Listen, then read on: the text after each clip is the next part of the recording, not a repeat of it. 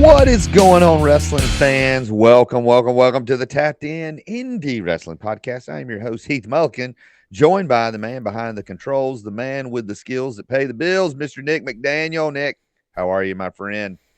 Good, man. Good weekend of wrestling. Always fun to say. One night was, with Myron. One night was with the wife.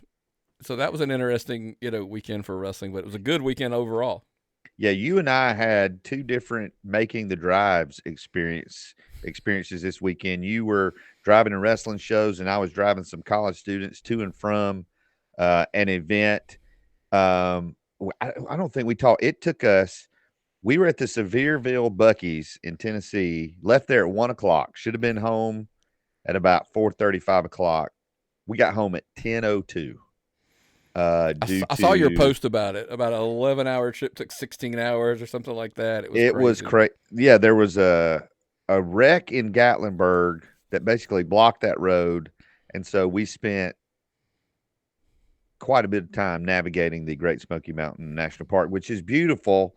But it was it was great. And fans, if you want to hear stories like that, get behind the scenes. Maybe I'll do a Patreon on this whole trip and the traffic issues in various states. You need to become a member at patreon.com/tappedoutpod, or you can also become a member at YouTube. Hey, if you're looking for it, go to tappedoutpod.com. Takes you right to the YouTube channel.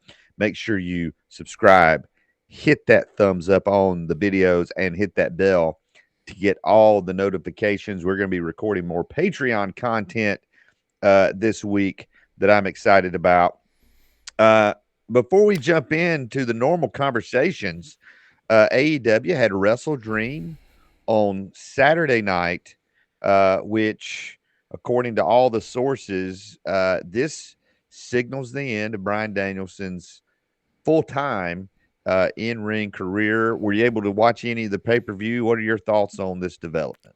So the irony is that they were, like I think we discussed a little bit prior to recording, there were essentially, and I get it, I'm going to catch a lot of flack, but there were two matches I really wanted to see.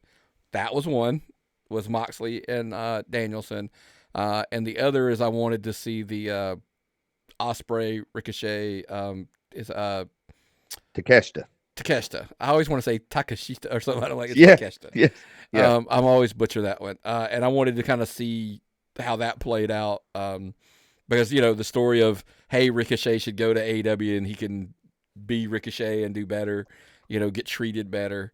And I was kind of joking with somebody. Has he won a match that's not like clearly it's, an enhancement match on Dynamite or Collision or whatever? Because the one match was a draw, I think it was, and then in this one he didn't win either. So I'm like, is he really any better off? And he is, by the way. I think he is, but but it was just me being devil's advocate there. But I think yes, ultimately, I just was curious for the main, and I'm on so many levels. The Danielson story just intrigues me, as you can probably imagine. Yeah, I actually, we were heading back to the hotel from our conference, and so I was watching it on my phone. I watched the Young Bucks match, which was, if you like the Young Bucks, it was the Young Buckiest of a match as you could imagine, with the false finishes and all that, which I enjoy. I enjoy their matches. Let me be very clear. It's not for everybody. The Danielson Moxley match, I was watching that in a Waffle House in Indianapolis, Indiana.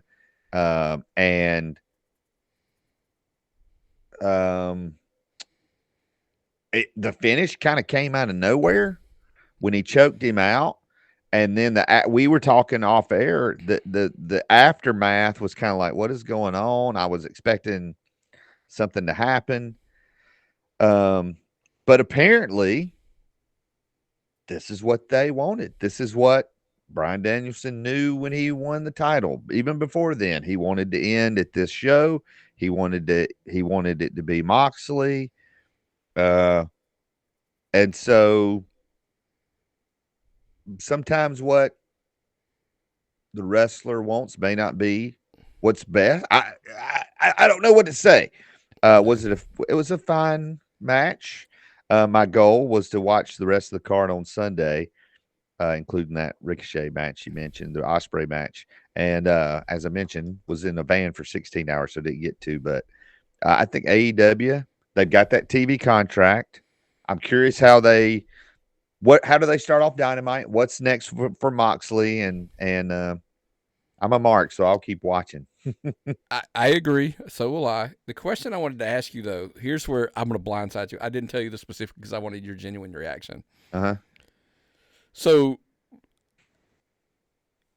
Danielson has to have neck surgery. That's become a thing. It's out there. Everybody knows. But, he come out in the last week and made some comments of like, he had lost leg strength in one of his matches on Dynamite.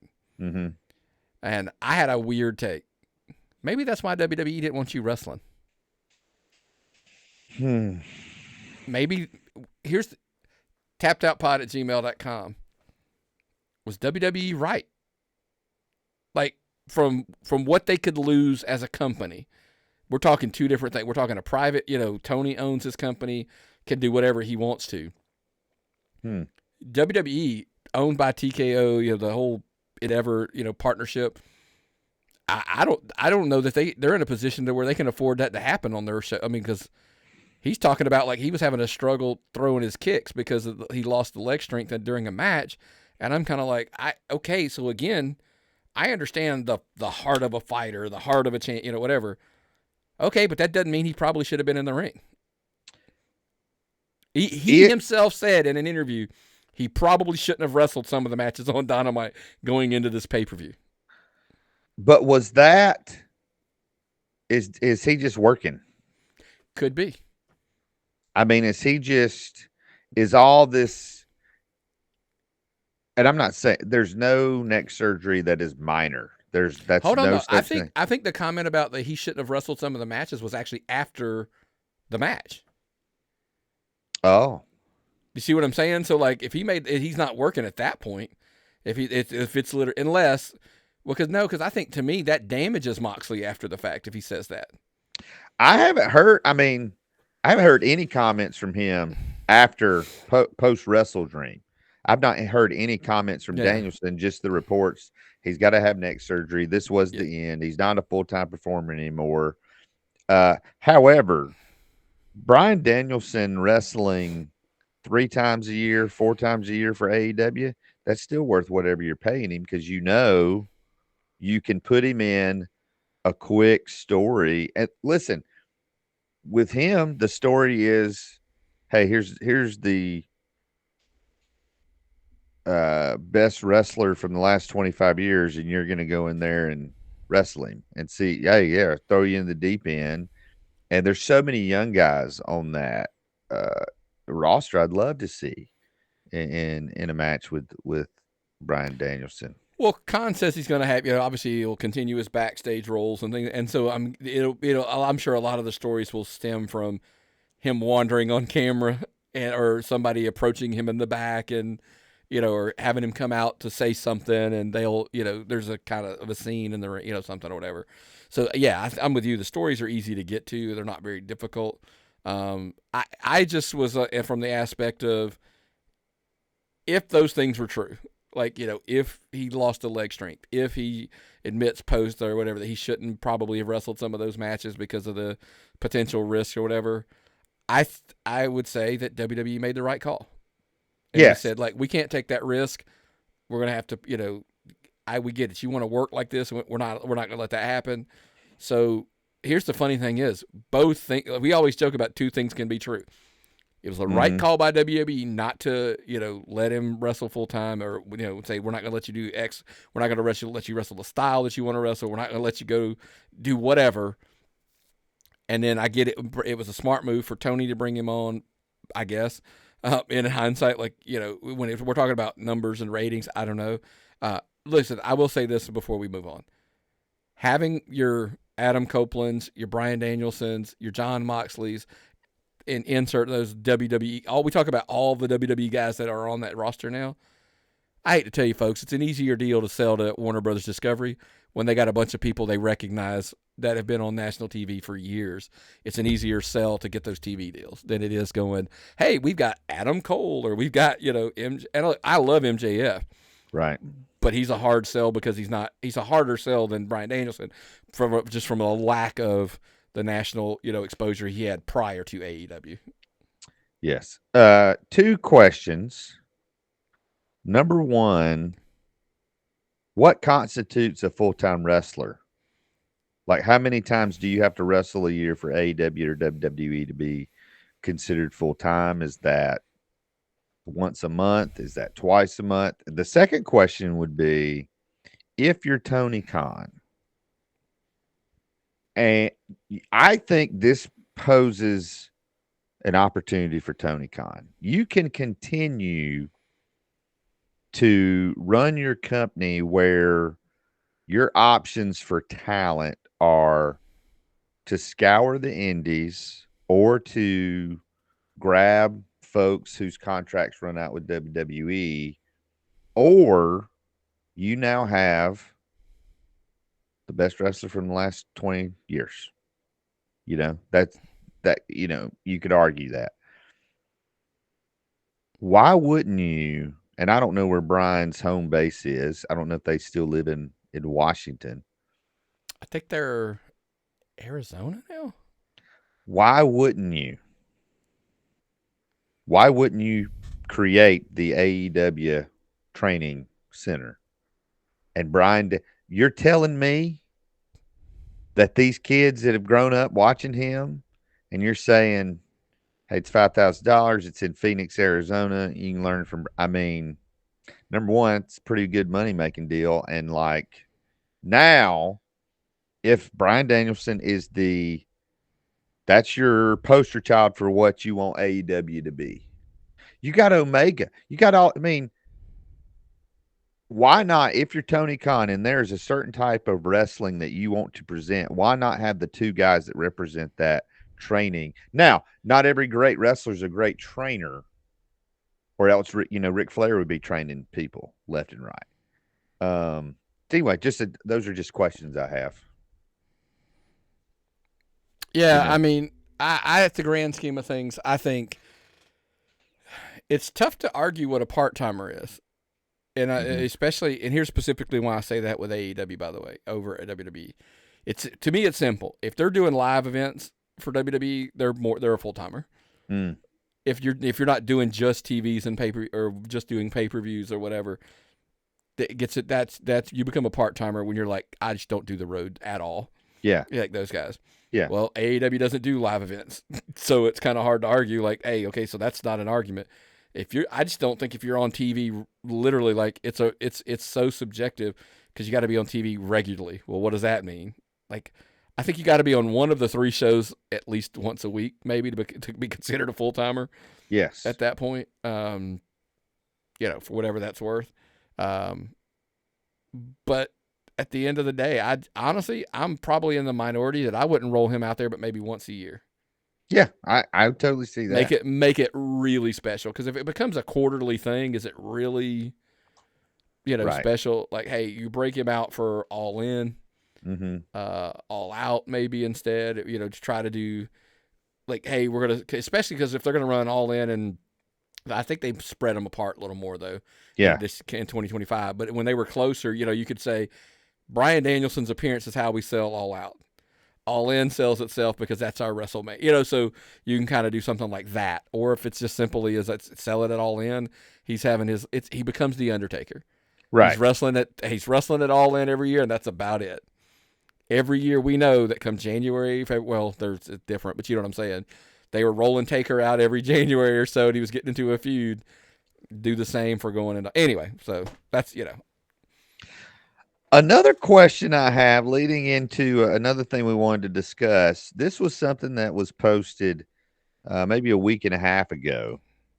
And it was this spot in I think it was a casket match where something was set on fire featuring Krule. And we saw the clips. You pointed me to a clip from a drone. And initially, I thought this match was indoors. And I thought, this is ridiculous. You can't do this indoors. Yeah. Too dangerous. Way too dangerous. You informed me it was an outdoor show, and that's why kind of the fire got out of control. Let me just say this, and I'm no scientist by any means. I don't fire has a mind of its own. And I'm still wrapping my head around what happened. What are your thoughts? It goes to show you the insanity that can happen in pro wrestling, because, like you said, it's the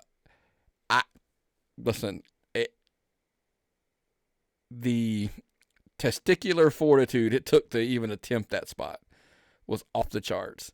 Because I've heard, we've heard in hindsight interviews with Undertaker being in the casket set on fire and so on, talking about how crazy and insane it was. There was so many things that could have gone wrong, and it looked like maybe some did. Mm-hmm. Luckily, in hindsight, look, curtain back a little bit, or maybe it's not. Krule escapes, without anything major, major issues or whatever. And I was going to say pull the curtain, but then maybe that's just because of how tough the guy is to begin with. Yeah. But there's obviously some insanity there. And I know social media takes have been all over about this was the craziest in a good way, and then some of it, this was the craziest things in a bad way to ever even try. But my take is simply this: if anybody was going to try it, it doesn't shock me that it was the parties involved. Right. And here's the thing: we're over a week of it. Over a week ago, this thing happened, and we're still talking about it. Yes, still processing. So, yeah. Yeah. I'd love to see the whole match and know the whole context of it. Now, did you see? And I don't know if this was the same show where the guy was laying in the corner and he had something on top of him, and the guy came and it like punctured his neck or something. Like it's one of the most insane videos I've ever seen, where the guy gets hit and he lays there, and then the wrestler starts legitimately panicking, and the crowd like gasp, and then the video cut off, and I'm like, what in the world? Like, how do I see? I don't know that I wanted to see the rest of it because it looked gnarly. Yeah. I think we're in an industry where people are always wanting to push the envelope, and you just got to think about stuff. That's it. It's dangerous. Getting into a wrestling ring is dangerous. Bouncing off the ropes is dangerous. Walking up the steps to get into a wrestling ring, dangerous. Everything about it is dangerous. Everything. And then when you start adding stuff on top of that, degree of difficulty, spots, it's I don't want it to be lost on anyone watching this on TV or watching it at ringside how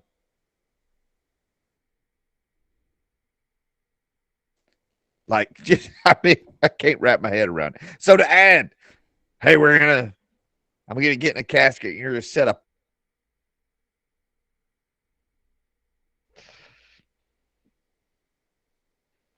Anyway, It's wrestling's dangerous across the board, and sometimes it does elevate to the nth degree for sure. another thing that's can be a little more dangerous than it appears sometimes is interviewing wrestlers. Fortunately, this one we've got for you this week wasn't dangerous. Let's jump into this week's This or That with Carlie Bravo.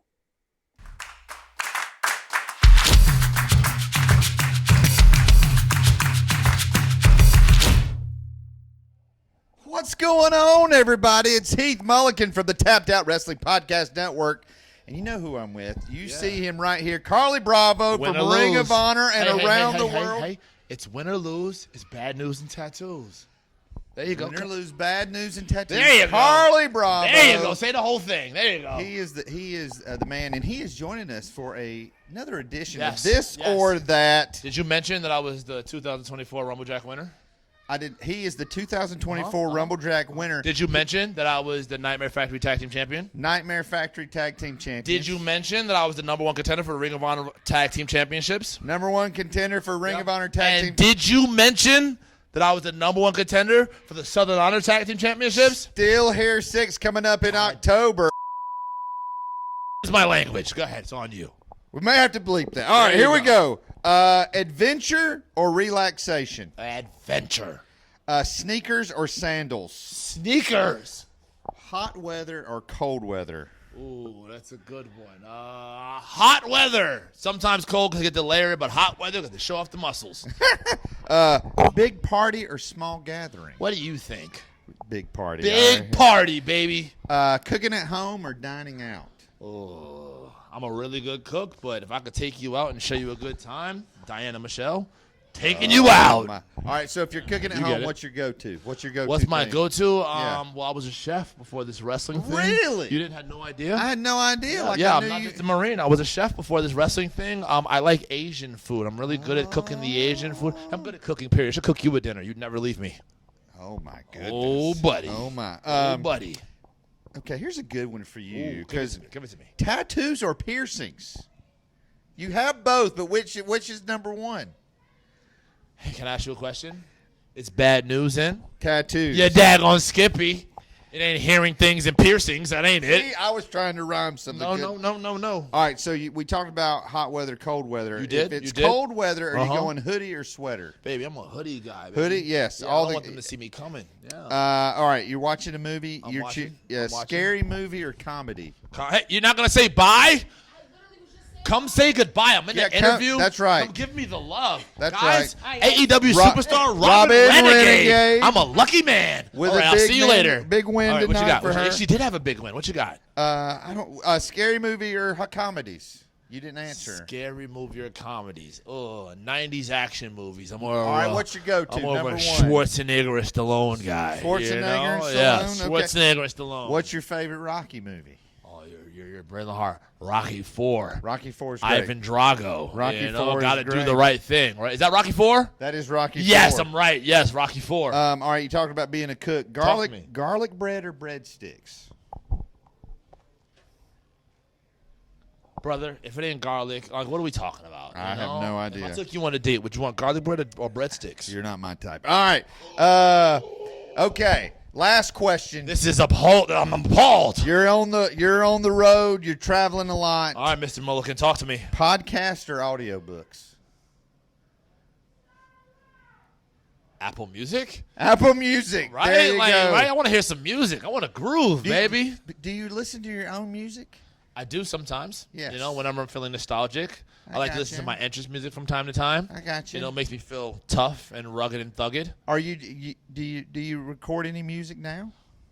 No, I stopped recording music after the AEW song that I just did, which was nominated for a Grammy, by the way. Don't miss that. You know, AEW still here. Yeah, we did our thing. No, because I like to wrestle now. Gotcha. I don't want to give my creative power to the music. Okay. I only have one highway for creativity to go, and it's the wrestling. Gotcha. You know? Hey, so been listening to a lot of you guys' podcasts lately. Okay. Yep. Been listening to the things you've been saying. What kind of tips you got? No for us? tips. Yeah. Just make sure that Bad News and Tattoos is spoken about well. You know, that guy behind the camera, he speaks very well, but I've been getting a little bit of doubt off you. What are you talking I've been about? getting a little bit of doubt. He says for years he's been a Bad News and Tattoos fan, and you, I'm just not so sure That's about. because I've been a Carolinas guy, and now I'm getting into the Georgia stuff. Listen, I've been following you since IWE and all of that. So I'm right there with you. Okay. I'll take it. I'll dial it back. But just make sure you're there and you know what's going to happen. Georgia, That's all right. hours.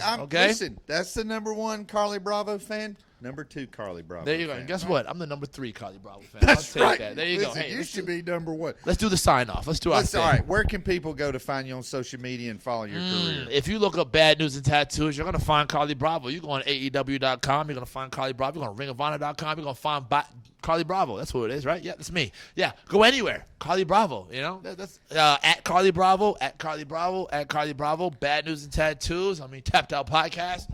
find me anywhere. And coming up early in October, you can find him as the new Southern Honor Tag Team Champions.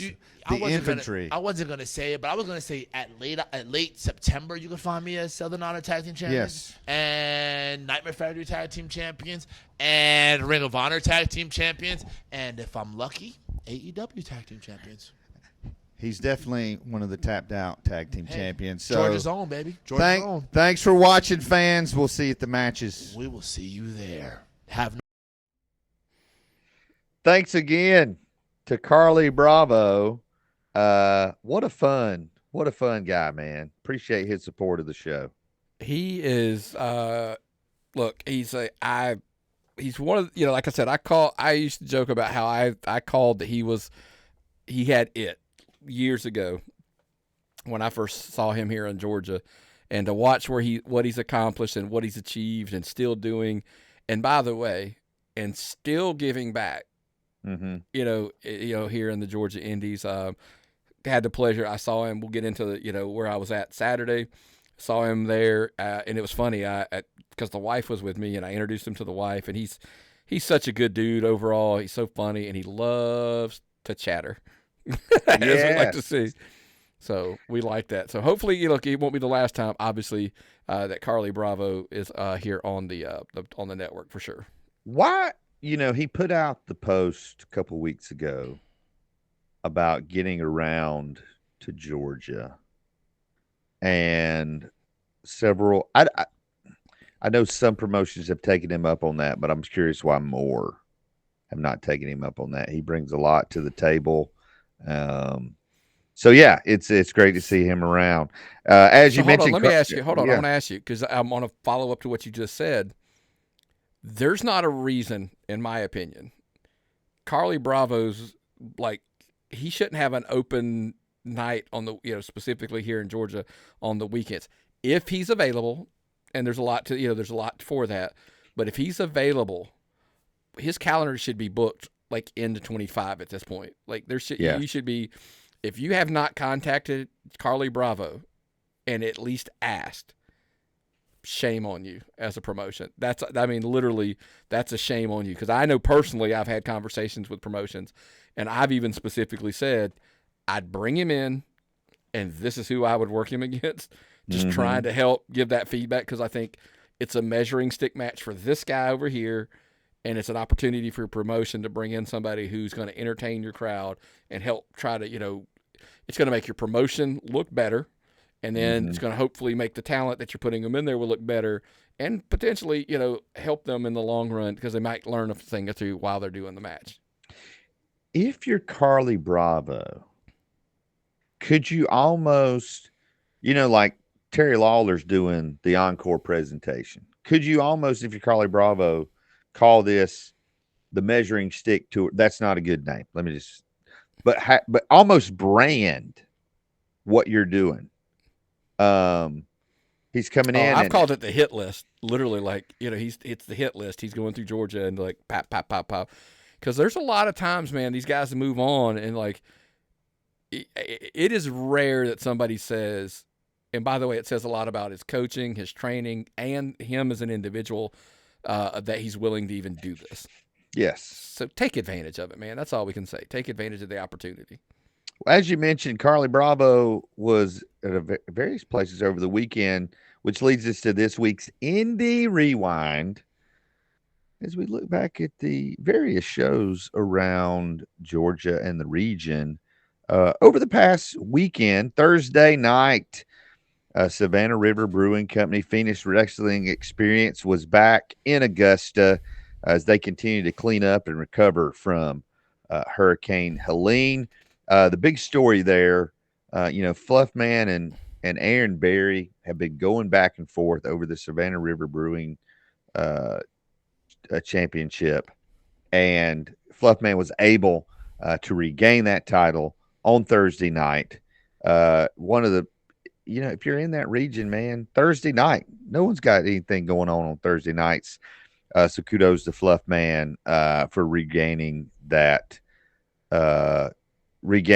title. Also on Thursday nights, I think Phoenix has kind of started a trend as other companies are booking Turnbuckle was at Cali and Tito's, and this was a typical loaded turnbuckle show. Yeah, man. Look, it's again. I think it's really cool that these promotions are embracing the other than Friday and Saturday nights. As long as you can look, if you can maintain your expenses and you can do a lot of cool things. And look, Turnbuckle's got a major advantage in that area. But here's the thing: you tell me hey, we're going to be at Cali and Tito's. You get to sit outside.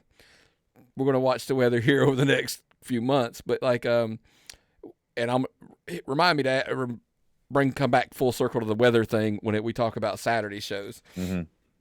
I'm looking at this card again. It's Brady Booker, your Jimmy Wilds, Parker Lee's, Dylan McQueen. Dylan McQueen is starting to hit the turnbuckle shows. Warden and on it. Luke Sampson, of course. Is the oversell that I possibly hit on the show on a regular basis, though. It was funny, something you said to me when we left one of the shows. My wife said the exact same thing on Saturday. I was like, could you tell me who wrestled in all of those matches? And as a casual fan, I knew everybody obviously on the card, so that wasn't the thing. But she was kind of like, but I was like, she goes, but it was fun though. It was a really fun, and I was like, she was like, it was very, for somebody like her. And I'm like, that's what these shows are. At Cali and Tito's and Slow Pours, they're for a casual fan base. That's who's embracing these shows the most. They're having the most fun at these shows. Yes, you don't have to remember a lot of things. For me as a fan and what we do, one of the most fascinating things about these turnbuckle shows is you will have people playing different roles. We've talked about this before, but it always bears repeating. Like I saw on here, you had Elijah Drago getting a win over Sebastian Blaze, two guys that just a week before, they're both playing heel. That's what Turnbuckle's doing, is it's giving guys opportunity to do multiple characters. Mm-hmm. It's training. And as a fan, you could possibly see a guy. It's almost like before Chris Rock does a comedy special on Netflix, he's been to all the comedy clubs, mm-hmm. and he's been trying out material. He's been trying out jokes. And that's like, oh man, I remember Seinfeld did a documentary just called Comedian, and it was when he was writing all new material. Yep. And you're seeing clips of Seinfeld bombing because he was trying out new material. You got an opportunity to see wrestlers that could potentially get signed, trying out new jokes, trying out new things, trying out new moves. Yeah, I mean, think about it. Sebastian Blaze is a heel across the ring from the Turnbuckle show at Tannery Row that we run. So it's like when you go through some of these cards, and like you said, there are guys that are all over the place. And we're going to look out. There's going to be a weird one that's going to throw you when we get to the Friday show. When you read that, you're going to be like, wait, is that what I think? Yes, it's 1,000%. Because even they're letting veterans, and I think, flip-flop it. You know what I'm saying? It's because sometimes maybe it's like, hey, we're going to work you with this young guy who's normally a babyface. He's going to do heel, so you got to be the babyface even though you're normally heel. It is just but like I said, I think at the end of the day, what they do well is I don't know that we've ever left the show and not thought at least hey, that was a fun show. Yes. 100%. So yeah, Thursday night, man, Thursday night shows are great. The show of the week, you and Myron attended Friday night, Southern Honor Wrestling, Steel Here 6 in Canton, Georgia. Lots of chaos on this show, lots of big things, none bigger though than Joe Black winning the Southern Honor title over Judas in a casket match. Kind of take people who weren't there, Nick. There was a lot that led up to this. So obviously, at the prior show, Joe won the opportunity. So the story goes is the cage was coming in from Florida, everything with Milton that prevented the cage from being, but then, of course, Todd Sexton comes out and brings up a very, you could argue, a valid point, I guess. since when does the challenger get to decide what the stipulations are anyway? And Judas was going to, since the cage wasn't there, Judas picked the casket match. Now, to further stack the deck, by the way, so they had the triple threat for the titles, which we'll get to in a minute. Well, Kenway was attacked prior to the show, could not make the match, so Joe had to wrestle with Murder in the triple threat for the tag titles, and then go on to wrestle. Oh, and by the way, you obviously know there was going to be some involvement there in game. Kind of get an opportunity to put the boots to him for a minute to try to wear him down before that. So, so it kind of was like a lot of an uphill battle for Joe just to get there. But of course, listen. By the way, I mentioned this I think on the Tapped Out show last week. If you haven't seen it yet, people can claim all they want at this point. Joe Black's promo leading into that show was outstanding. Yes. And it's all boils down to probably two people that, make it what it is. Obviously Joe Black for delivering it, and I've always stacked Joe Black up there when he cuts the focused promo that he's getting to a point. There may not be any better, but there aren't many better, than Joe Black in doing so. But then, of course, Dylan putting those packages together and the way they're structured and the way they're shot and edited and all that stuff, that takes it up a notch. That's and nobody say, well, it wasn't in an in-ring promo. Well, whoever said they needed to be. By the way, just so you know, a lot of promos from back in the day were pre-tapes. Yes. They taped them 5 or 6 times, so don't, so anyway. But, I think they did an amazing job, and they literally built to that. So when Joe got that victory, the crowd erupted it because they were ready for it at that point. What's really, I'm trying to figure out how to say this because I don't want to peel back the curtain too far.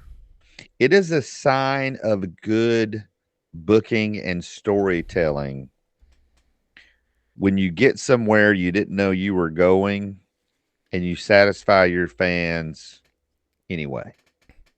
So a lot more to be said about that, but here's the thing though. Sometimes what we find out is the detour might have been better than where you want it. So it is making sometimes it is making chicken salad, right? But sometimes it's when I agree with you. I think with the bookers show their best sometimes when things don't go the way they think.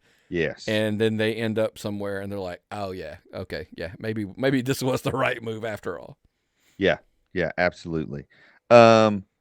This was a full night, full card. You had Gary Lamb debuting against Zach Mosley, losing by disqualification, setting up next month Gary and Gunnar Miller versus Exotic Youth. And here's the little caveat. For at some point, and every day we get a little closer to this, Bryce Cannon coming back at some point. So if you're Gary Lamb, what may look like a 2-on-2 situation, when you get to November 8th, may not be. What do you think? Yeah, I mean, look, it's still out there. Nobody has a date per se. As of recording, there's nobody with a date. As of recording, there's no announced date on when that could happen. But here's the thing: you do got to be careful for that, because even a 75% Bryce Cannon as the third piece to that puzzle, that's a dangerous thing. So I think people really do need to start. Exotic Youth has an advantage right now where people are probably need every now and then to be looking over their shoulders about it could happen. And do I think we're probably a few months away? Probably.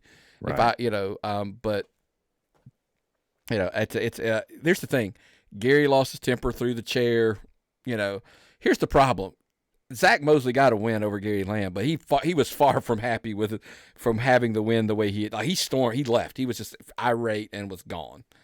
But obviously Pepper Bottom came out of nowhere. Like listen, you knock them all you want. Exotic Youth kept their word. No outside interference. That was a straight up. Pep did not come in until later into the show, and that's kind of when we led into Gunner versus. Like they ticked off Gunner. They put him out, which is how we even got to this to this match. So now to have them, Gary may not be a wrestler. Fully admitted it. He admitted it into the ring. That's why he chose Gunnar Miller to be his partner in this thing. But it's over, right? We could almost borderline, and I'm not. This isn't a disrespect on Gary Lamb, but it's going to be, it's borderline handicap match, Gunner versus EY. And I'm not saying I don't like those odds for Gunnar Miller and Gary Lamb. Right. So, this was a full card. We talked about the opening tag team match, but we may have failed to mention the Infantry, the new Southern Honor Wrestling tag team champions, using that contract. Carlie Bravo won by winning the Rumble Jack. Really loved that. Like how they did that. You had CT Keys defeating Nick Halen, and any kind of tension you had in the end game maybe being put to rest. We have a new would love your thoughts on the new Jake the Snake Roberts legacy champion, as Kyle Matthews got the win over Hunter James. 2 out of 3 falls. Look, and I think that was no one should be stunned by this. Kyle Matthews, obviously one of the best wrestlers, especially when you start talking about best technical wrestlers in Georgia. Heck, the award's named after, right? So it's like, obviously, I think Hunter James might have been a little surprised by it. He thought he was going to have a leg up here. It did not happen. Look, even it got submitted. So now we're back to look, and obviously the CT Keys Nick Halen match was for the number 1 contenders for that.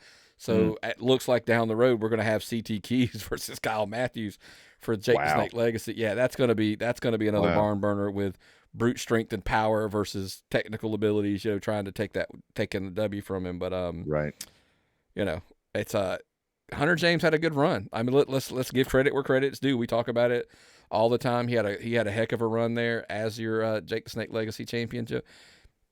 So give the kid his props. Like it was a good reign, and now let's see like where does he go from here now? That's the $1 million question. Yes, it feels like. Does it feel like that's always the question we're asking about Hunter James? That it's all. I don't mean this. Maybe I do mean this as a critique. It feels like we're always saying, man, Hunter James, what a great job. What's next? Yeah. What's next? So sometimes the loss is an opportunity for you to get better and show us what you got. Paul Walter Hauser, hadn't even talked about him. He made a return to Southern Honor Wrestling, got a win. This is just such a full card, but I feel like we got to talk about all of it. We had permission to go long today. Permission to go long. So don't worry. Yeah. So 100%. Don't worry about going long and being like, look, this is the new format. If it's an hour and a half, so be it. The network has approved a run over. Yeah. Get your stuff in. Yeah. We had Fluff Man in a gauntlet match against the Faithful. Joey Hyder filling in for Warden. Grayson Pierce, and then if he beats those 2 guys, he's facing Lev. Fluff Man runs the table, which means that now Lev cannot be Faithful anymore. Can you unpack with me? I know what it meant if Fluff Man had to join the Faithful, but what does it mean now that Lev can't be Faithful anymore? So look, I think the great thing we talk about with storytelling is even though it technically feels like this ended, we are asking the question, now what for Alexander Lev? Mm-hmm. And the fate, like, does that mean that that the Faithful's disbanded and they can't be together anymore? He can't do the obnoxious, the entrance, I am faithful, all of that. He's just got to be Alexander Lev now. I don't know. Well, we're gonna see. We gotta wait and see, right? That's the whole beauty of it. And what is David Ali? Video pops up on the screen. Lev could certainly use that as an excuse for the loss. What does that mean for Southern Honor? What does that mean for Lev? What does that mean for David Ali? So that was my next step. I clearly think we're about to see, because, it's real simple. He tells Alexander Lev, you can't be faithful without a savior. Oh my! So clearly, like I'm guessing maybe the next show or the show after, we are probably looking at a return of David Ali. So like I get it, like that's what I think we're going for a match, but like I said, but without faithful, like being faithful, like does that mean he doesn't get his group with him anymore? He's on his own. By the way, here's a weird twist. This may be a good thing for Alexander Lev. Yes. It's an opportunity to shine outside of it. You were the leader of the group, I understand, but it gives you the opportunity to shine all your own, and I think that's a good opportunity for him. So over the last couple of weeks, we've had potential retirement matches with Huckabee, Joe Black, and we asked the question: all right, if Huckabee loses in IWE, is he retiring from all promotions or just IWE? We asked the same question about Joe. Can Alexander Lev still be faithful in other promotions, or is this a thing across all the lines that he can't be faithful anymore? I'm very curious to see. That's the same exact thing. I hope, me personally, it's across the board. Yes. Because here's the thing. I'm going to throw in a sidebar tangent, whatever for us, because not like we have 100 things to cover. Mm. But is that a question to where, like, are there levels of promotions where you would be like, you don't have to follow that stipulation everywhere because it's X promotion, and no disrespect for those promotions, they know where they stand in the tier of promotions. Mm-hmm. But when you do it on a level of like whether it's Southern Fried, Southern Honor, IW, whatever, across that top level of promotions, action, do you feel like, hey, this happened on a big enough level that you probably should follow the stipulation everywhere because everybody knows it at that level? I think, and this may be, well, you're a Mark, Keith, of course that's what you think, that maybe Alexander Lev, that this was kind of like his call, that, hey, I'm wanting to switch it up across the board, and this gives me that whether I'm wrestling in OSWA or Southern Fried or Southern Honor or Georgia Outlaw or wherever I'm at, I'm changing things up, and this gives me a logical reason to explain why I'm doing that across the board. I don't know anything for a fact for what I'm about to say, or it was made by somebody, like maybe it was a suggestion from somebody who knows maybe it's time for the, that new coat of paint, they like to say, hey, let's kind of, go from there. Yes. A match that I am looking forward to watching on IWTV was for the IWTV World Heavyweight title. Two guys who came face to face for the first time at Rumblejack, Big Ben Bishop and Krule facing off for this title. And did this match, what I'm picturing in my head, did it play out like you thought it would right there in front of your eyes? Oh yeah, 100%. Like both, the thing about it is some people aren't fans of the two monsters, and I'm like, okay, you clearly were not a kid of a wrestling fan of the 80s. Right. That's what we lived on. Like we lived on giants wrestling each other, So it did. It was cool. Obviously we're big Ben Bishop fans. Mm-hmm. It's cool to see him. Like I always tell everybody, it's one thing to be working some of the best promotions, but you got to get in there at some point with some guys who are, I think there's a lot to be learned from Krule, in a match with Krule for Ben Bishop. Yes. And I think we've seen now, look, we've talked about it ad nauseum for Ben Bishop. You better see him because, like, I just happened to be scrolling through social media and I saw Tennessee, Massachusetts. Like, you're starting to say, like, okay, guys, he's not here long. No. So you get on board and, get this thing locked up. And go out and see him while you can, because look, he has the it part that a lot of guys just don't have. It's like, hey, he's not the best wrestler in the world. Okay, he's big, he's agile, and he's got charisma, personality for days. I don't know. That's generally the package that gets you signed somewhere. He's an Andre the Giant in an era where there's no Andre the Giant. Yeah. Dude, he has a booking for his character that he does on his social media. Like the Shindy promoter. Yeah. I literally saw him on a booking post, like a show poster, as that guy, not Ben Bishop. So, I mean, think about that. He sold that character to a promotion. I'm like, that's crazy. Holy cow. This match started what was not a good night for Matt Griffin.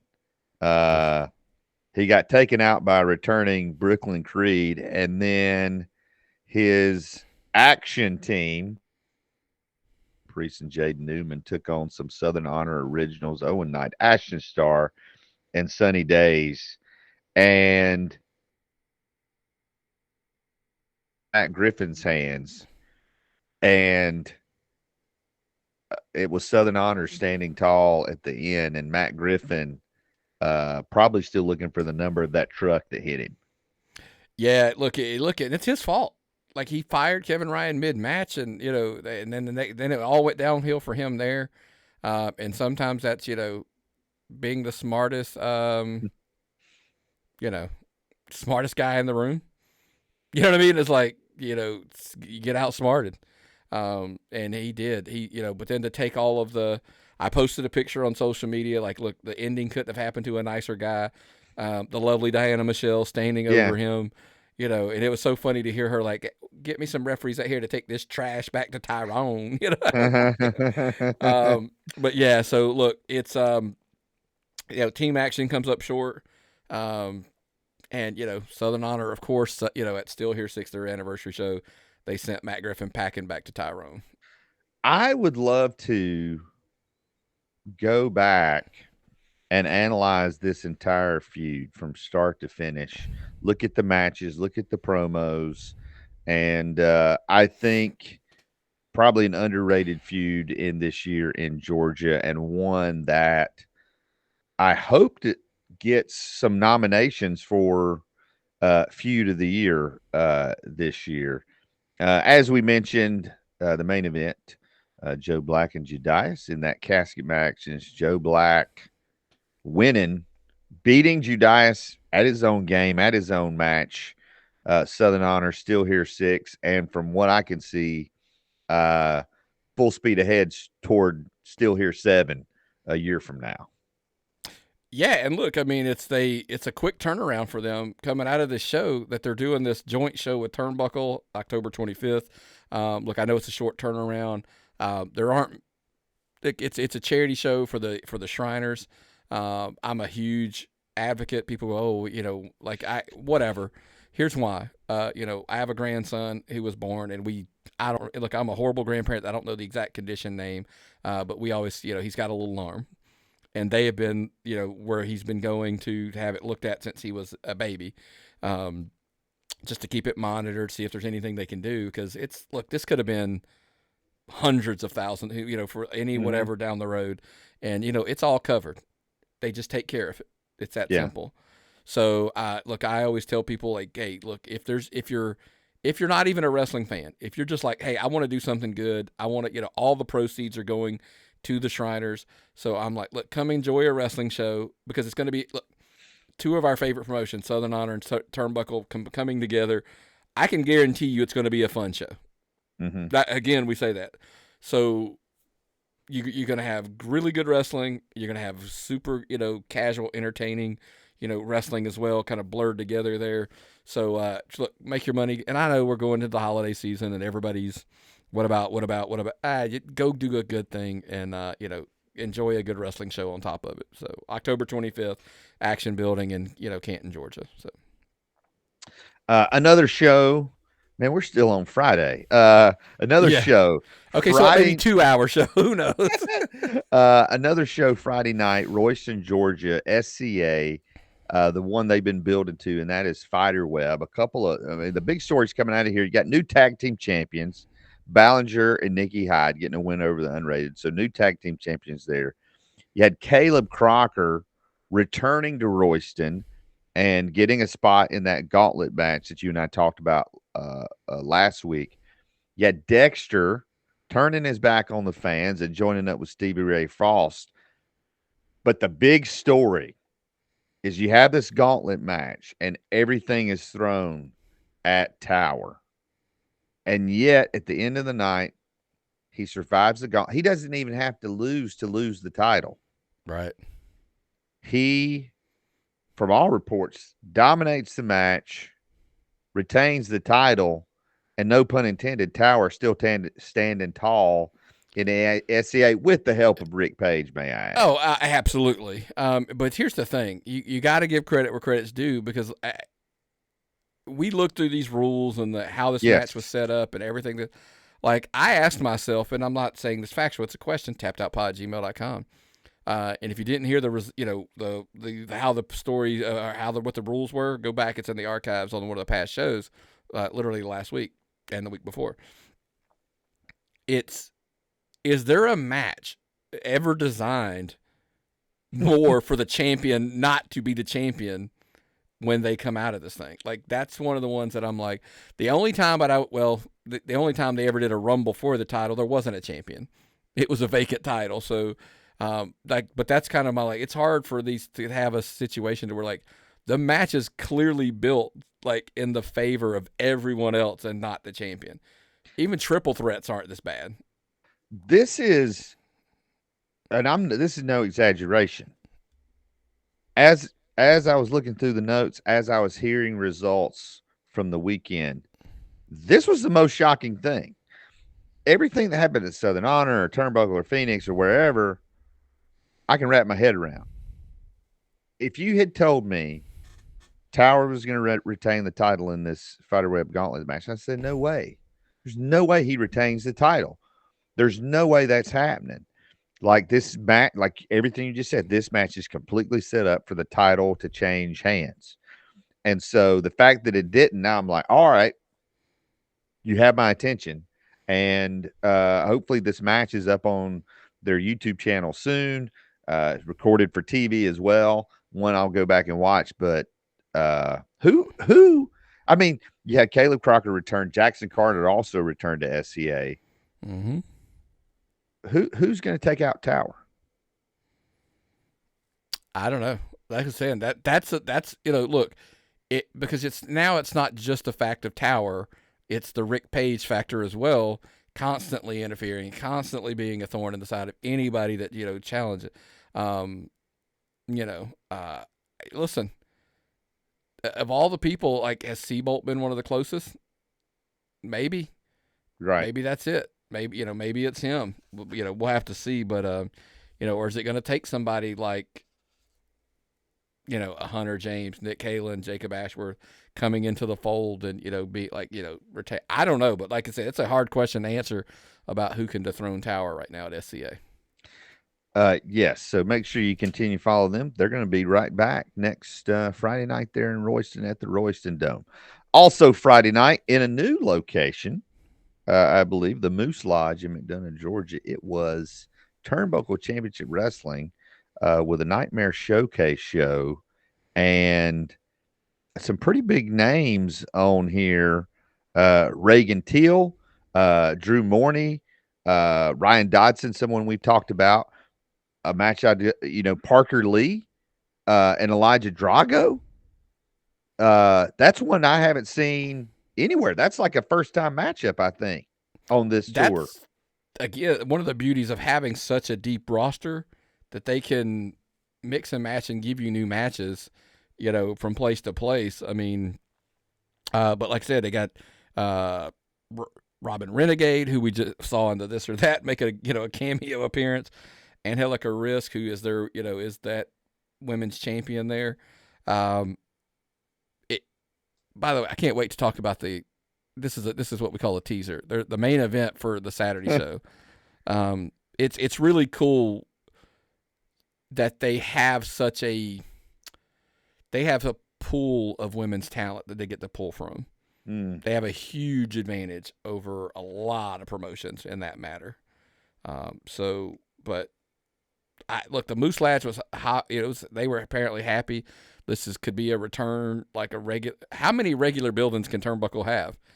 That's becoming a question to ask. I mean, because if they're picking them up left and right, and do you want to do that here or now, or do you want to do it later? Because we're on pace to 6 to 8 shows a month. It seems like if they start picking up regular building, because we were talking about all the promotion or the venues that they run on that regular basis, that if they end up doing Friday shows, Saturday shows, 2, 3, 4, weekends a month, that's throws up a big question mark in Georgia, right?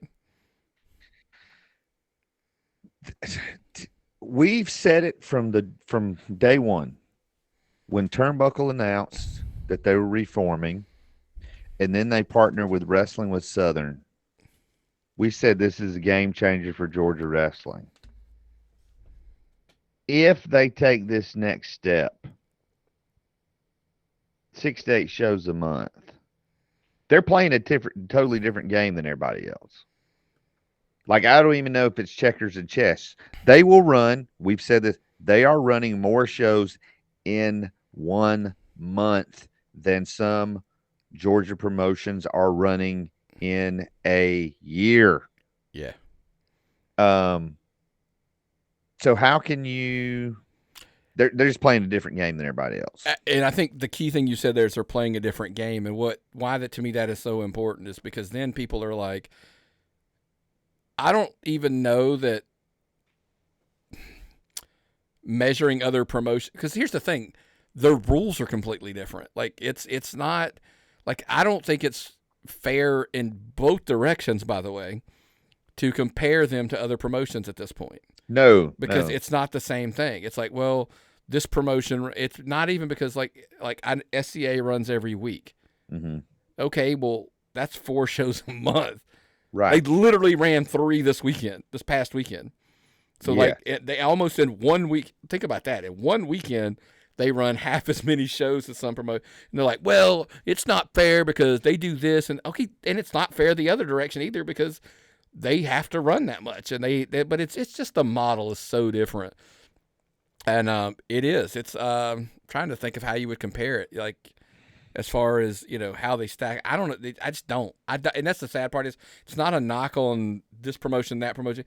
Like, I just don't compare them to anything else because there isn't anything else like them anymore. Yes, they are. They are not trying to compete with any other promotion in Georgia. They have their plan. They have their goal. They know what they're trying to do, and they're doing it, and they're not asking questions of, this guy's a babyface on your show. Okay, well, will you? No, they are playing by their own rules, and it is working for them, and they continue to draw really good crowds. I'm just looking at this card. Please tell me that. Please send me the footage of Jonathan Gresham over Jack Jameson. I want to see. You want to talk about contrasting styles? Mm-hmm. Holy cow! Listen, I want to see that. We talk about wins and losses. I'm not going to throw a joke in here right here because here's my thing. This was one of the arguably the best technical wrestlers, out there. That's what we're told, right? Jonathan Gresham is like absolute one of the best wrestlers in the country, the world, whatever. Jack Jameson, for all the negatives we've ever went back and forth with, is probably one of the best entertainers, in Georgia. Yes. Like, he gets it. That's it. He knows his lane. So I wanted to see this. Like, had we not been committed, and I said, I know as crazy as it sounds, had we not been committed to, to go to Southern Honor, I'm like, dude, this drive probably would have happened, and a lot of it was that match. Yes. Like, maybe I wanted to see him get beat by Jonathan Gresham, or maybe I just wanted to see the styles clash and like how they, just how it played out. I was super curious, and I'm absolutely like, I got to get the footage for this match. This is one of those things where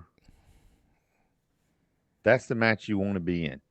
You're bringing in somebody from the outside, someone who's an excellent technical wrestler. They're not just going to put anybody in that spot, Nick.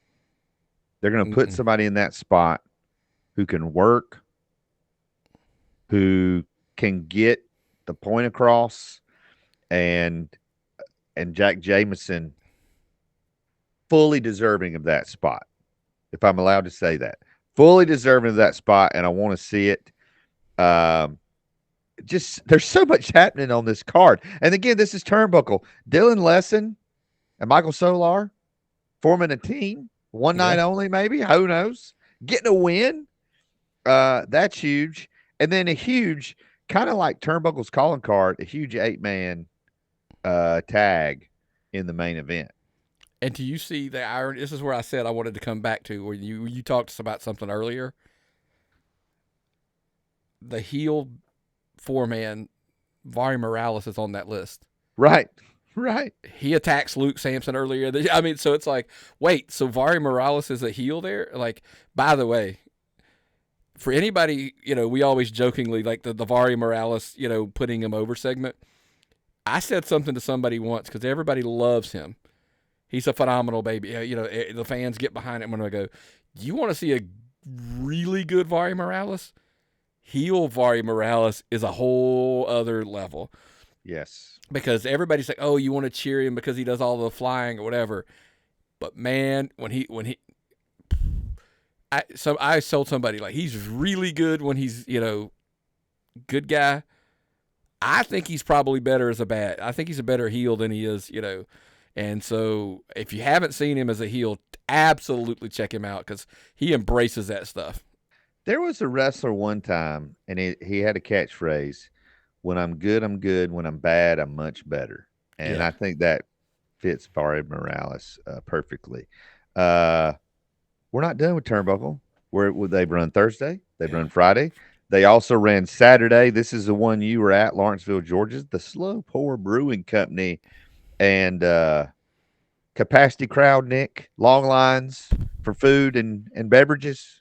That's an understatement. They absolutely go check out Turnbuckle. I actually did a panoramic picture and I sent it over to Scott and the team so they could use it while we were there because it was just packed. This was their second time at this venue, and somebody was like, it was 2 or 3 times more people there this time than there was last time. It was a madhouse in every good way for a promotion, right?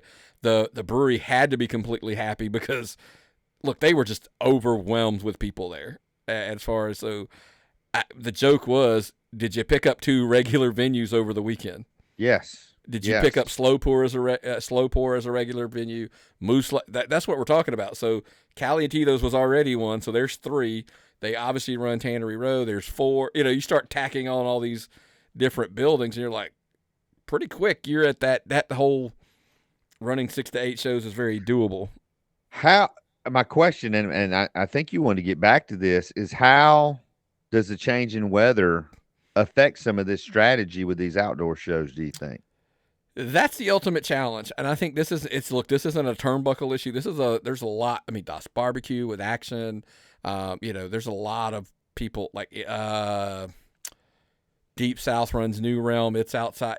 So when you get into the wintertime, look, I get it. We're in Georgia, so the weather's not crazy.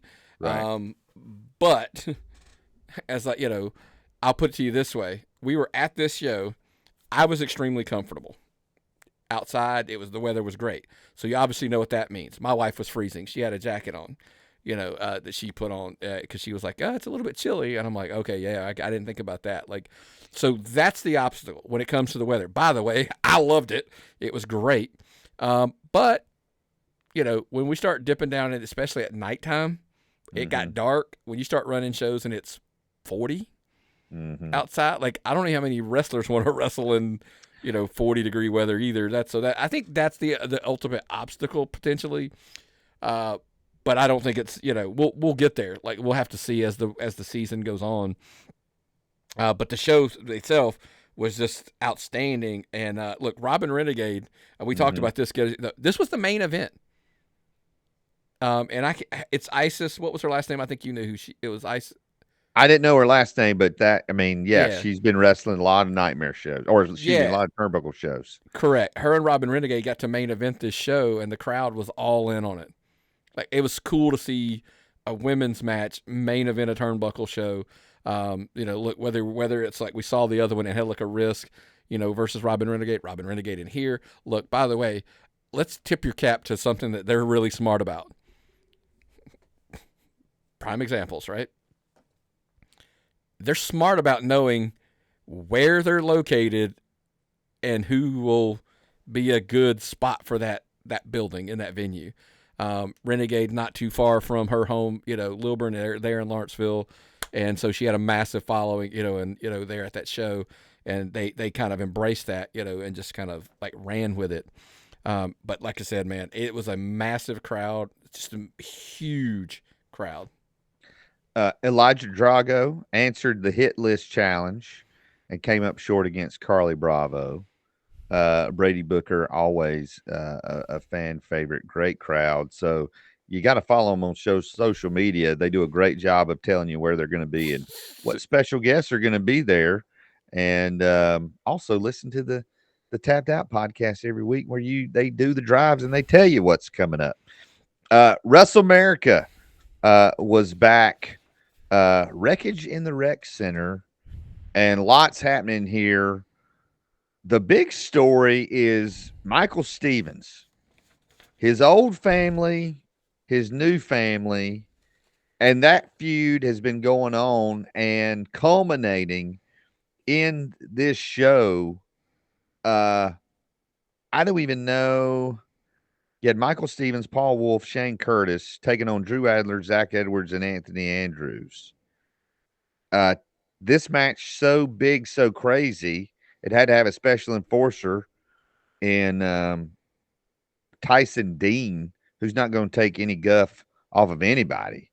Again, this show will be on YouTube. Thoughts on everything happening at Wrestle America. Look, they had been building, like, this thing had been like a year-long feud. It was been building and building and building. And it's first I want to pause there and say Sal Renaro was supposed to be on the show. We're yanking curtains back left and right today. Best wishes, get well soons to this show's actually going to drop. And I don't even know if it's supposed to be public or not, but suffered an injury at the in an NWA taping. And he's going to be out of action for a little bit. So, best wishes. And, we hope for a full, quick recovery for him. Who knows? Maybe you'll see him here on the network while he's on the sidelines for a little bit. But look, again, back to the main story here. We had hoped, right? Usually when you get to these big matches, it kind of is the payout at the end, and it clearly is not. Right. The end of this issue. But it was total chaos, destruction, table spots, you name it. It was just absolute carnage all over the place. I think some people may be sleeping on Wrestlemerica. Let's talk about how loaded this card was. Hunter James and CT Keys. Hunter James winning to set up a match with Fry Daddy at the next show in November. KJ and Paula successfully defending the Liberty Championship. 2 out of 3 falls against Parker Lee. I want to watch that match. Mm-hmm. Then you had in the main event former friends Dominic Stuckey and Fry Daddy. And Dominic Stuckey, the Wrestlemerica champion, and a young man that continues to get opportunities and continues to show he belongs in conversations about best wrestler in Georgia. Yeah, I mean, you didn't even Bobby Moore. He defeated Jacob Johnson. Oh, yeah. He's going to be the number one contender for the Liberty Champion. That's going to take place where he'll take on KJ Impala as well. I mean, it like you said, man. When you look at the card, we talk about a lot of promotions that kind of do they get the love they deserve. This might be one of those that doesn't. Like I've made it to one of their shows. I was hoping. Here's the crazy thing is I considered this show as well. But by the time I was getting ready to head out, I put it in my thing. Atlanta traffic, folks, it is what it is. Yeah. It said it was a 2-hour drive to the show. And I'm like, all right, I don't know if I can do that. Because first of all, I wasn't going to make it before the show even started at that point. But like they are a pull. If you're down, specifically if you're on that south side of Atlanta, I think this is a show you got to check out because, I mean, look, we talked about what's next for Hunter James. Sometimes maybe the best move is, you know what, I'm going to go away for a little while. Mm-hmm. Go away from Southern Honor, and I'm gonna pick up, and I'm gonna go down here to Wrestle America, and I'm gonna, get some new matches under me, get some new because that's what we look. That has been our big push for Hunter James. Go out and wrestle some different guys, different names, and get get some more experience just under get different opponents. Sometimes you just got to wrestle different guys, and I think this is a good opportunity for him. I know he wrestled CT Keys on this particular show. But obviously, it sets him up versus Fried Eddie for that. So that's a new face that he gets to, that he's going to have a good opportunity with. So don't sleep on Wrestle America. Yeah. So you have Hunter James lost the Jake Snake title Friday night. He's taking on CT Keys, who he lost to at Southern Fried a few weeks ago. Kudos to Hunter James. Put that stuff behind him, able to get a big win down there at Wrestle America. So make sure you check them out. They've got some big shows coming up next month. Bullpen Pro Wrestling. They continue over 350 in attendance. They continue to do what they do. Frankie Valentine and Kyle Matthews been going back and forth in this 2 out of 3 series, and it is tied now. And so on November the 2nd, they will have a 2 out of 3 falls match to decide this series. And I'm not as familiar with Frankie Valentine as probably you are, but I am very familiar with Kyle Matthews. I have to think, and again, this is no disrespect to Frankie Valentine. I'm new to Georgia, new to all of it. I have to believe in 2024, if you get a win in a series over Kyle Matthews in a 2 out of 3 falls match, he showed Friday night he could win one of those. Mm-hmm. What's that do for Frankie Valentine at this stage? Look, Frankie's a veteran. He's been around. Like, this was built. We knew what we were getting when we got these two in the ring. We knew we were going to get some really good matches out of them. And now for this series to be tied, which shouldn't shock everybody, maybe 2024, you may be correct. That, if you probably would give the edge to Kyle Matthews. But that says a lot about Frankie Valentine by coming back and actually even in this thing. But, yeah, you beat Kyle because, by the way, Kyle just took 2 out of 3 versus Hunter James to capture that Jake the Snake Legacy title. For you to get 2 falls on Kyle Matthews in one night, whether it's pinfall, submission, count, whatever, that would be, I don't care who you are. In Georgia, that's a big thing. You could have told me, when we start rattling off these top, champions, if you'd have said, hey, they got 2 out of 3 on Kyle, I'd been like, okay, that was a good night at the office for whoever that was. So I think it's a tremendous opportunity for, Frankie Valentine to, stamp like, hey, I'm still here. Yes. Sean Nelson was able, kept the Bullpen TV title against Jacob Ashworth. And speaking of titles in Bullpen, they have announced on December the 7th. Now, they got their show November 2nd, but on December 7th, they're going to have their 6-month anniversary show called Bull of the Woods, and they will be crowning the first ever Bullpen Heavyweight Champion on that night. They're going to be announcing the participants very soon. But this is a pretty big deal. Here's a promotion that just started this year. They have come out of the gate hot. And for the person to be their first champion, that's got to be somebody who's going to be able to carry this promotion in 2025. And kudos to them. And I'm going to say this because a typical mistake that we see, I think, my opinion only, in my opinion, a lot of promotions is they like have on the very first show, they pick 2 random guys and they have a match for their title. Kudos to them for going. It's their 6-month anniversary show, because here's what I think you allow yourself to do. You allow your fans to determine over those first 5 shows or plus shows, because I think they've run a little more frequently than that, but they allow themselves to kind of determine who do the fans, like who are they behind early. I think that could help influence the decision. Now, it may not make the decision. You may have known 6 months ago who you were going to make the guy. Mm-hmm. But you can kind of, you know what it can do? If it's a field of 8, I bet you it helps you flesh out the other 7. Yes. And so kudos to them for having the patience to make that move 6 months later. I mean, heck, they had a TV champion and a tag champions before they had a singles champion, which that's, by the way, I don't think that's a normal route to take. So kudos to them for doing it. Well, we had another situation this year where a promotion launched, crowned multiple champions on their first show, never had a second show. Yeah. So, again, Bullpen is doing great stuff. Also, Saturday night, Premier All-Star Wrestling down there in Whitesburg, Georgia at Mojaves Hot Wings. You need to check that out. Lots going on there. Premier All-Star Wrestling. Sorry, my notes are kind of frozen on here. Well, listen, hold on. Because I'll throw this out there. Because look, if you wonder, like, hey, Mojaves Hot Wings, Whitesburg, hey, that's not their normal stomping grounds. It is not. It was kind of like one of those one-off, those little one-off shows. So that's kind of the why. It was so a little bit of a different take there. And it had like a lot of cool stuff on it. AJ Black, Shawn Nelson, Frankie Valentine, Stevie Ray Frost. By the way, look, we'll get to some of the meat and the potatoes here, but Ashworth versus Frost, the story is there that they absolutely crushed it on this show, which isn't surprising because those guys have faced off a multitude of times on the north side, up here in the Northeast. So It doesn't shock me by any means, but it was cool to hear that that's the feedback that a lot of people are putting out there.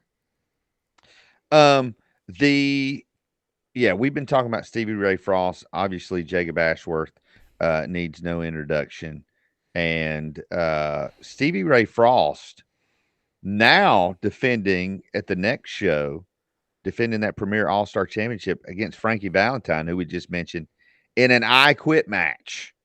What in the world is going to happen there?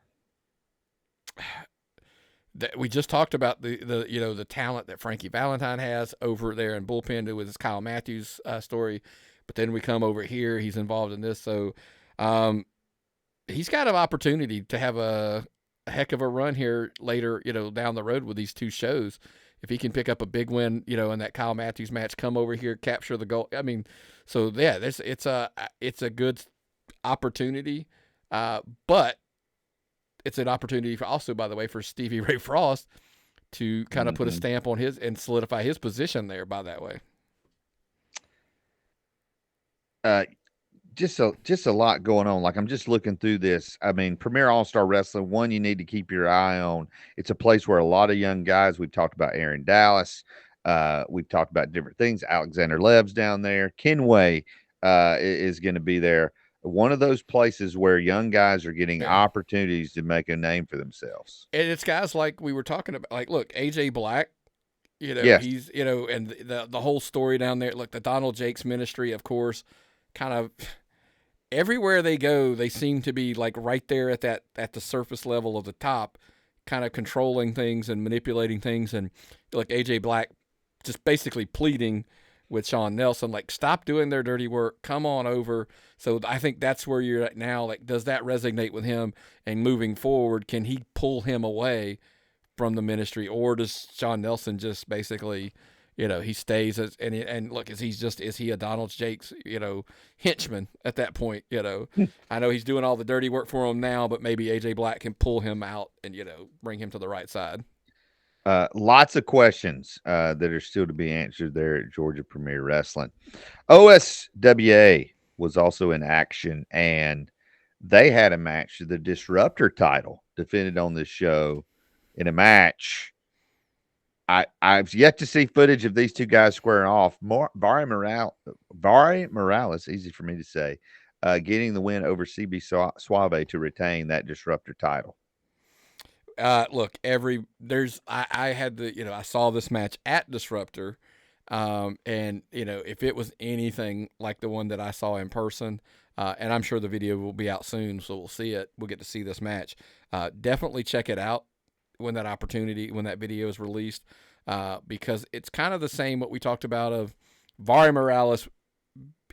Here's the thing: is Vari Morales the best wrestler in Georgia? Like he's in that mix. He's in that running. We've had this conversation. CB Suave, hands down, by the way, one of the most entertaining, wrestlers. Can he wrestle? 1,000%. Mm-hmm. But does he embrace, the sports entertainment side of it as much as anybody? 1,000%. And that's why he's a show stealer on, a lot of things. But look, him and Vari, man, they tore the house down at Disruptor, and I can't even imagine that they didn't do it there as well. There were other titles on the line on the show as well. Caleb Crocker is the corporate champion. He defended that title successfully against Xander Seabolt, who, again, continues to pop up and get title opportunities in various places. But then somebody we've mentioned before, Tower, in a triple threat match against Nick Halen and Marcus Adams. Talk about a 5-star posse there. That's not a triple threat you see anywhere else in Georgia. And it's Tower, again, with the help of his advisor, manager, whatever, Rick Page, and Tower, back-to-back nights, retaining two heavyweight championships. Whether it's due to Rick, they put him in a cage and they couldn't even keep him from being involved. But at the end of the day, what do they always talk about? The record books don't say how, they just say a win's a win. He's still the champion. And that's all that matters, I guess, So look, kudos to, like you said, we talked about it. Towers, got an impressive run going on, and you could say anything you want to try, but it is what it is. He's still your champion. Two promotions. Yes, Tower is having a dominant run, no matter how you want to cut it. So then we headed into Sunday. AWE, their second show since their relaunch. They had the show that was canceled because of the hurricane a few weeks ago. Kenway had to defend his title twice. He defeated Owen Knight in the opening match, and then later in the show defeated Trevor Aon, who I'm not saying there wasn't some other stuff happening there, as Taliaferro and Hakeem Young and Brandon Watley came out and attacked Trevor Aon. Lots happening on this show. They live streamed it on Facebook Live. I know you were able to watch parts of this show, Nick. What are your thoughts on AWE continuing their comeback? The ending was a cool sight to see. Look, whether it was the right thing to think that. Look, Taliaferro, Watley, Hakeem Young attacked Trevor Aon, literally put him in a body bag and carried him out, which that's obviously how we're leading to the next show where they're having a body bag match. Hakeem Young versus Trevor Aon. The biggest surprise of them all, Big Ben Bishop. Yes. He, makes an appearance. It wasn't a match, so you couldn't really call it a debut per se as far as a wrestling match goes. There's a lot of question marks about motives, like the why, but he put the big boot right to Dylan Lesson, and that's, of course, how D-Money picks up the W. So, but I'll tell you what, when he makes an appearance, it's a big appearance, and he makes an impact no matter what, where, or when Ben Bishop makes that appearance, hands down, without a doubt, it's going to be impactful. So when you see him on a poster, absolutely go and check it out. And even when you don't see him on a poster, he may show up. AEWE returns to Meta Multimedia with the Lucky 7 coming up in just a couple of weeks, October the 27th, where the winner of the Lucky Seven will get a shot at that heavyweight title. Mucha Lucha returned to Atlanta on Sunday. Had a tremendous crowd. Again, they do their thing. They run 3 or 4 shows a year and always have a huge, huge crowd. We got a scoop that just before showtime, the power went out. And the first couple of matches, they basically had to get a generator to run an overhead match and a couple of spotlights. Waiting to see footage of this, but Mucha Lucha basically saying the show must go on and figuring things out. Here's the thing. Mucha Lucha events are events. They're not wrestling shows. And I tell that to people all the time, and they're confused a lot of times by what I'm saying. But how, I don't know if structured the word maybe I'm looking for, but how good do you have to be that something that major happens and you just keep, like, you know, you don't miss a beat and you just kind of run, your show goes on and you just nail it. Because, you know, everybody, you know, it's just out. I mean, like, I can't say enough things about Ricardo and Mucha Lucha that you can literally just, I don't want to say recover, because you never lost control. You just kind of kept right on rolling. Right. I think that shows a true promoter that has solutions ready for problems they don't even know are going to pop up. And so, you know, kudos to them, and sounds like they entertain the fans as always. Anyway, fans, it was, as you can tell, a full weekend of wrestling, which leads us to the question of questions: who won the week? Now, this segment was started to spotlight those who stood out. And sometimes that's one entity and sometimes it's multiple. And that's the case this weekend. First of all, who won the week?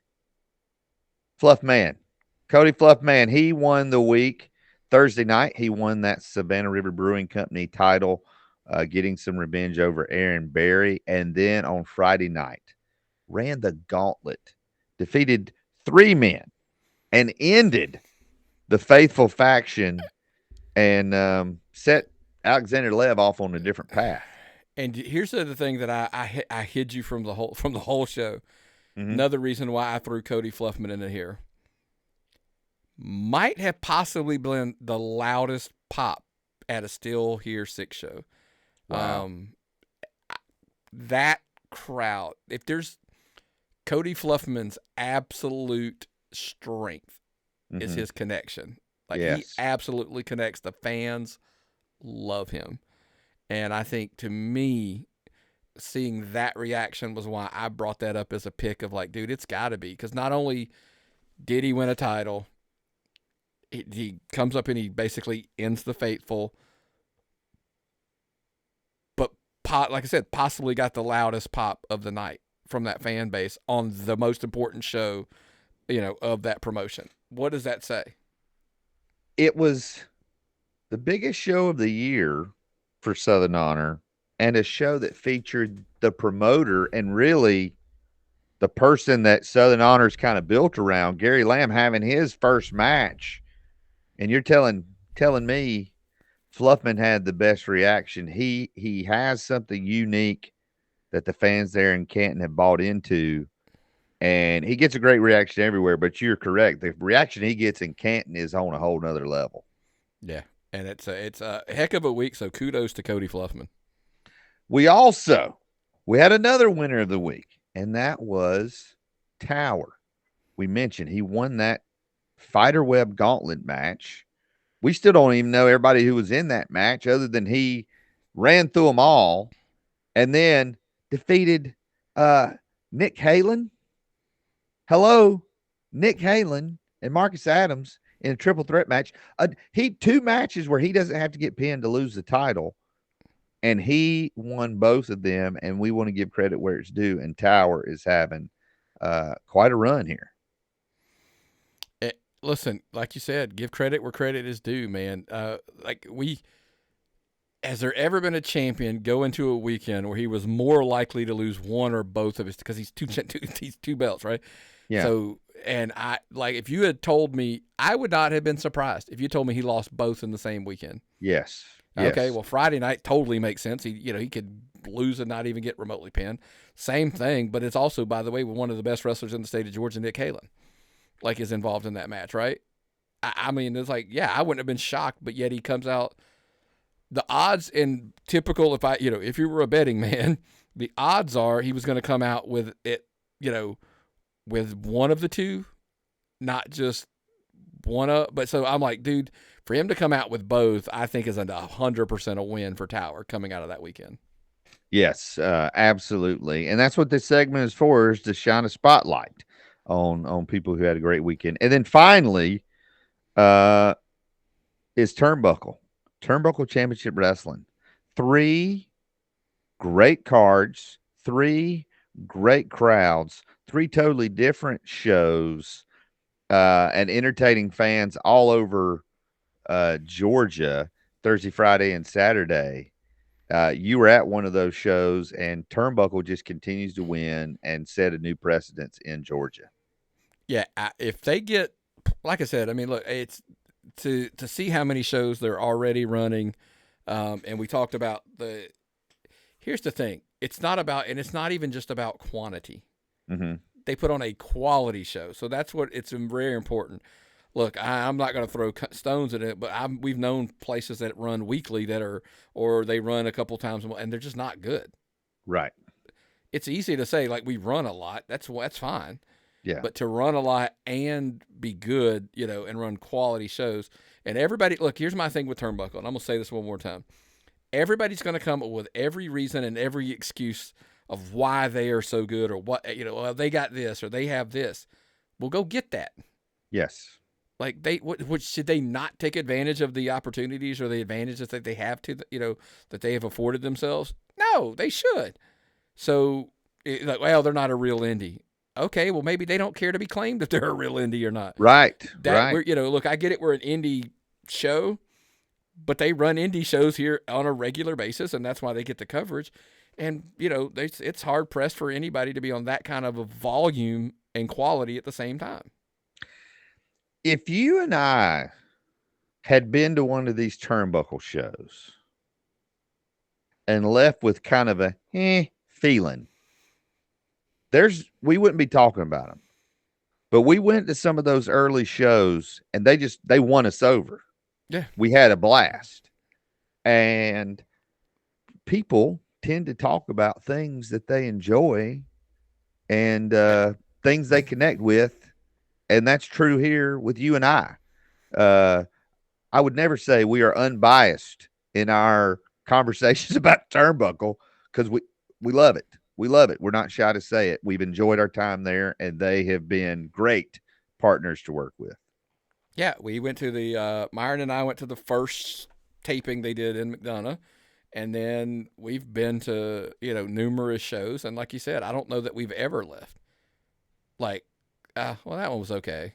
It's always been fun. It's always been entertaining for a million and it's because they, even they're like a guy like Brady Booker, who we connect with, and he gets in there and he just has so much fun with the fans, and how he gets them involved, and he, the back and forth. I like that. I mean, somebody like that, who's just kind of it's kind of the only place you see him. Yes. Which I don't understand. I yet to figure out. Well, I don't know why. Again, maybe that's the other alternative to why not? Other promoters, reach out, hit him up, and get him booked, because you're gonna have it's gonna be a fun match, and maybe that's it. Maybe let me ask you this. Here's the last one.